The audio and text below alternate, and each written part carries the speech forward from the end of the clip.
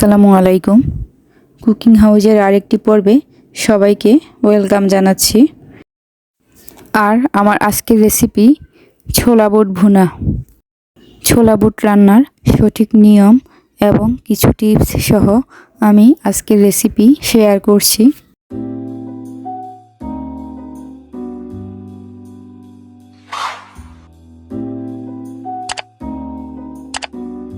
এখানে মেজারমেন্ট কাপের 1 কাপ ছোলা বুট আমি 4 থেকে 5 ঘন্টা ভিজিয়ে রেখেছি।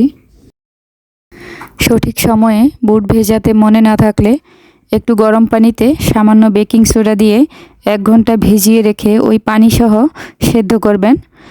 ভেজানোর আগে বুট অবশ্যই ভালোভাবে ধুয়ে নিতে হবে। আমি যেহেতু 4-5 ঘন্টা আগেই বুট ভিজিয়ে রেখেছি, তাই এখানে বেকিং সোডা ব্যবহারের কোনো প্রয়োজন নেই। এখন আমি ভেজানো পানি সহ ছোলা বুট প্রেসার কুকারে নিয়ে নিচ্ছি। সাথে একটা বড় সাইজের আলু পরিষ্কারভাবে ধুয়ে খোসা না ছাড়িয়ে দিয়ে দিচ্ছি। এবারে প্রেসার কুকারে ঢাকনা লাগিয়ে নিচ্ছি।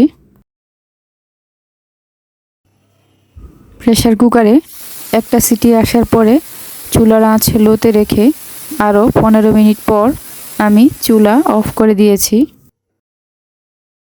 কুকারে ভেতরে বাষ্প সম্পূর্ণ বের হয়ে যাওয়ার পর আমি এর ঢাকনা তুলে নিচ্ছি।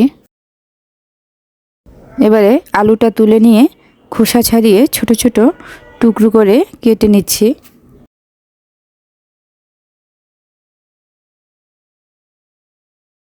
রান্নার জন্য কড়াইতে দিয়ে দিচ্ছি পরিমাণ মতো সরষের তেল।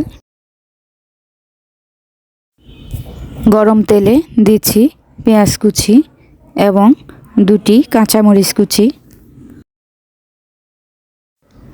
গোটা গরম মশলা দিচ্ছি 2 ভাগ করে নেওয়া একটি তেজপাতা।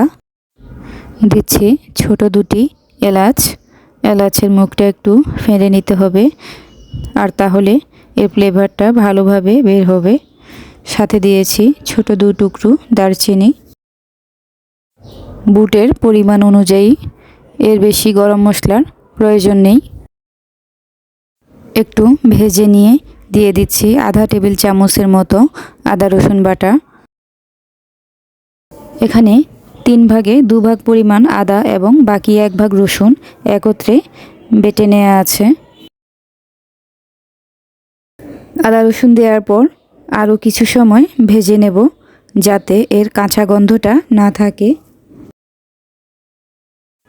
এখন গুঁড়া মশলা দেওয়ার জন্য দিচ্ছি অল্প পরিমাণ পানি। পানি ফুটে উঠলে দিচ্ছি হলুদ গুঁড়া 1 চা চামচ, গরম মশলা পাউডার দিচ্ছি 1 চা চামচ এবং লবণ দিচ্ছি স্বাদ অনুযায়ী। ধনিয়া জিরা গুঁড়া এখানে দেইনি, কারণ গরম মশলা পাউডারেই সব মশলা দেয়া থাকে, আর বেশি মশলা দিলে এটা খেতেও ভালো লাগবে না। আর এখন দিচ্ছি সেদ্ধ করে রাখা ছোলা বুট।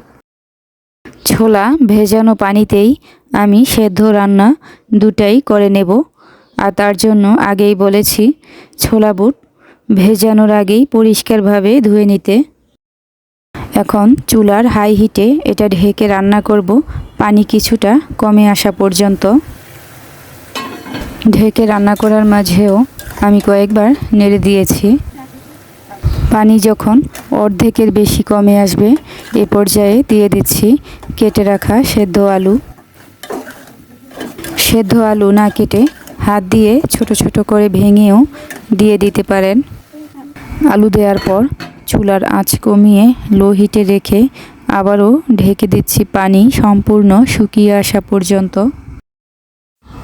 এ পর্যায়ে ছোলার পানি সম্পূর্ণ শুকিয়ে গিয়েছে।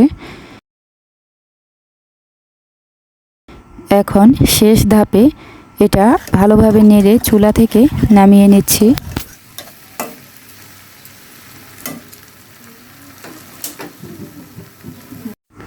তো এই ছিল আমার আজকের ভিডিওটি ভালো লাগলে পাশে থাকার অনুরোধ রইল।